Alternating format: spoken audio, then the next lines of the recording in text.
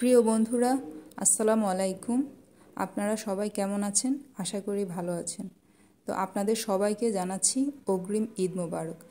আর আজকে আমি ঈদের জন্য আপনাদের সবার সাথে নতুন একটা রেসিপি নিয়ে হাজির হলাম।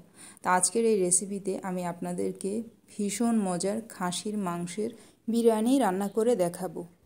তো রেসিপিটা শুরু করার আগে আপনাদের কাছে ছোট্ট একটা রিকোয়েস্ট, আপনারা যারা যারা এখনও আমার চ্যানেলটিকে সাবস্ক্রাইব করেননি, প্লিজ আমার চ্যানেলটিকে সাবস্ক্রাইব করে পাশে থাকবেন। তো দেখতেই পাচ্ছেন বিরিয়ানিটা কতটা লোভনীয় ও মুখরোচক হয়েছে। আশা করি আমার আজকের ভিডিওটি আপনাদের ভালো লাগবে। তো ভিডিওটি শুরু থেকে শেষ পর্যন্ত আপনারা দেখবেন।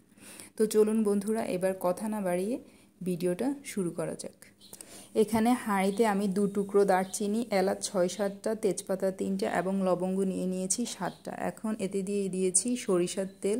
তো এখানে আমি খুব অল্প পরিমাণে তেল দিয়ে আজকের রান্নাটা করব। তো এবার এতে দিয়ে দিয়েছি প্রায় 2 কাপ পরিমাণ পেঁয়াজ কুচি। এবার পেঁয়াজগুলোকে আমি ভালোভাবে ভেজে নেব যতক্ষণ পর্যন্ত না এগুলো হালকা একটা বাদামি কালার ধারণ করে। এবার এতে দিয়ে দিচ্ছি প্রায় 1 টেবিল চামচ পরিমাণ মরিচ গুঁড়া।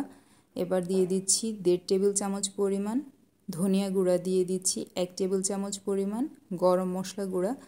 এখন দিয়ে দিচ্ছি এতে 2 টেবিল চামচ পরিমাণ জিরা গুঁড়া। তো এবার মশলাগুলো দেবার পর এতে আমি দিয়ে দিচ্ছি পরিমাণ মতো পানি মশলাগুলোকে কষিয়ে নেবার জন্য। এবার এতে দিয়ে দিচ্ছি আদা রসুনের পেস্ট, এগুলো একত্রেই পেস্ট করা। তো এখানে আমি 2 টেবিল চামচ পরিমাণ আদা বাটা এবং 2 টেবিল চামচ পরিমাণ রসুন বাটা দিয়ে দিয়েছি। এবার এতে দিয়ে দিচ্ছি 2 টেবিল চামচ পরিমাণ বাদাম বাটা এবং পরিমাণ মতো লবণ। তো সবগুলো মশলা দেবার পর এগুলোকে আমি ভালোভাবে নেড়েচেড়ে দিয়েছি এবং এতে আমি দিয়ে দিয়েছি 1 টুকরো স্টার মশলা এবং কয়েকটা কাবাব চিনি। তো সবগুলো মশলা আমার এতে দেওয়া হয়ে গেছে। এবার এগুলোকে ভালোভাবে নেড়েচেড়ে মশলাগুলোকে কষিয়ে নেব। আর এদিকে আমি মাংসগুলোকে ধুয়ে ভালোভাবে পরিষ্কার করে নিয়েছি। এগুলো আগেই বলেছি যে আজকে আমি বিরিয়ানিটা খাসির মাংস দিয়ে রান্না করব। তো মাংসের সাইজগুলো আমি এরকমটা করে নিয়েছি। আপনারা আপনাদের পছন্দ মতো সাইজে মাংসগুলোকে কেটে নেবেন। এদিকে মশলাটা খুব ভালোভাবে কষানো হয়ে গেছে। এবার এতে আমি ধুয়ে রাখা মাংসগুলো এক এক করে দিয়ে দেব।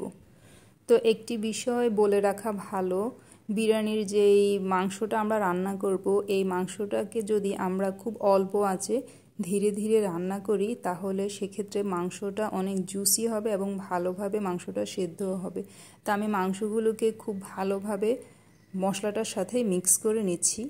তো এবার আমার মাংসগুলো মিক্স করা হয়ে গেছে মশলার সাথে। এখন এগুলোকে একটা ঢাকনা দিয়ে ঢেকে দেব ভালোভাবে সেদ্ধ হবার জন্য। তো অলরেডি মাংস থেকে পানি ছাড়া শুরু হয়ে গেছে। তো এখন এগুলোকে আমি নেড়ে চেড়ে দিচ্ছি। এবার এতে দিয়ে দিচ্ছি 2 টেবিল চামচ পরিমাণ টক দই।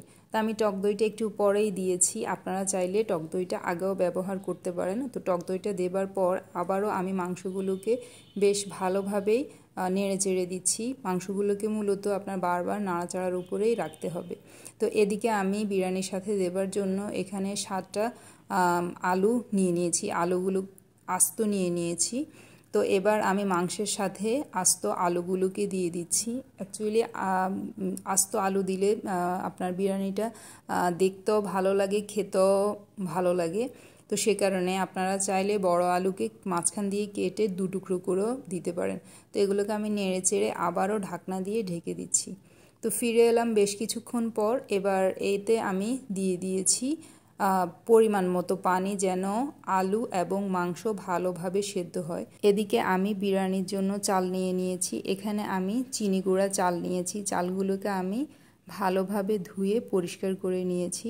তো এবার মাংসের যে ঝোলটা রয়েছে আমি তাতে সবগুলো ধুয়ে রাখা চাল দিয়ে দিচ্ছি। তো চালগুলো দেবার পর এগুলোকে আমি ভালোভাবে মাংসের সাথে মিক্স করে নেব। আমি কিন্তু এই মাংসের যে ঝোলটা রয়েছে এর জন্য আমি বিরিয়ানিতে নতুন করে কোনো পানি অ্যাড করব না। সেক্ষেত্রে আপনাদের উদ্দেশ্যে একটা কথা বলে রাখি যে আপনারা কতটুকু চালে কতটুকু পানি দিবেন, যেই পরিমাণ চাল দিবেন তার দ্বিগুণ পরিমাণ পানি দিবেন। যেমন 1 কাপ চালের জন্য আপনি 2 কাপ পরিমাণ পানি দিবেন। তো এদিকে আমার বিরিয়ানির যেই চালের যে পানিটা সেটা অলরেডি শুকিয়ে এসেছে এবং চালটা একটু ভেজা ভেজা ভাব রয়েছে। তো সেজন্য এখন এগুলোকে আমি ঢাকনা দিয়ে দমে রেখে দেব। এই কাজটা কিন্তু করতে হবে, খুবই ইম্পর্ট্যান্ট, এটা কোনোভাবেই মিস করা যাবে না। তো বন্ধুরা, এদিকে আমার বিরিয়ানিটা রান্না কমপ্লিট হয়ে গেছে। এই যে দেখতেই পাচ্ছেন আমার বিরিয়ানিটা পুরোপুরি রান্না হয়ে গেছে। তো চলুন বন্ধুরা, এবার বিরিয়ানিগুলোকে একটা প্লেটে আপনাদেরকে নিয়ে দেখাচ্ছি যে বিরিয়ানিগুলো দেখতে কতটা সুন্দর এবং মুখরোচক হয়েছে। আশা করি দেখেই বুঝতে পারছেন যে বিরিয়ানির রাইসগুলো কতটা ঝরঝরা হয়েছে। তা আপনারা বাসায় এভাবে ট্রাই করবেন, দেখবেন আপনাদের বিরিয়ানিটাও ঠিক এমনটাই হবে ইনশাল্লাহ। আর বিরিয়ানিটা দেখেই তো বুঝতে পারছেন বিরিয়ানিটা কতটা লোভনীয় এবং মজাদার দেখাচ্ছে, ইয়াম্মি দেখাচ্ছে। তো বন্ধুরা, ঈদের দিন আমরা অনেকেই স্বাস্থ্য সচেতনতার কারণে বিরিয়ানি জাতীয় খাবারগুলোকে একটু অ্যাভয়েড করার চেষ্টা করি। তো সেক্ষেত্রে একটা কথা না বললেই নয়, আমি কিন্তু খুবই অল্প তেলে এই বিরিয়ানিটা তৈরি করে বানিয়েছি। আপনারা এটা নির্দ্বিধায় খেতে পারেন, যে কোনো বয়সের মানুষ। আর আপনারা যারা অল্প তেলে খাবারের রেসিপি খুঁজছেন তারা অনায়াসে আমার চ্যানেলটি সাবস্ক্রাইব করে পাশে থাকবেন। আমার প্রতিটি রান্নায় আমি খুব অল্প তেলে করে দেখানোর চেষ্টা করি। তো বন্ধুরা, আমার আজকের এই ঈদ রেসিপিটা আশা করি আপনাদের ভালো লেগেছে। দেখতেই পাচ্ছেন আমার বিরিয়ানিটা কতটা মজাদার এবং ইয়াম্মি হয়েছে। আশা করি আমার আজকের এই মুখরোচক এবং মজাদার বিরিয়ানি রেসিপিটা আপনাদের সবার ভালো লেগেছে। তো ভালো লাগলে প্লিজ আমার চ্যানেলটিকে লাইক, শেয়ার এবং সাবস্ক্রাইব করে পাশে থাকবেন। ঈদ মোবারক। আল্লাহ হাফেজ।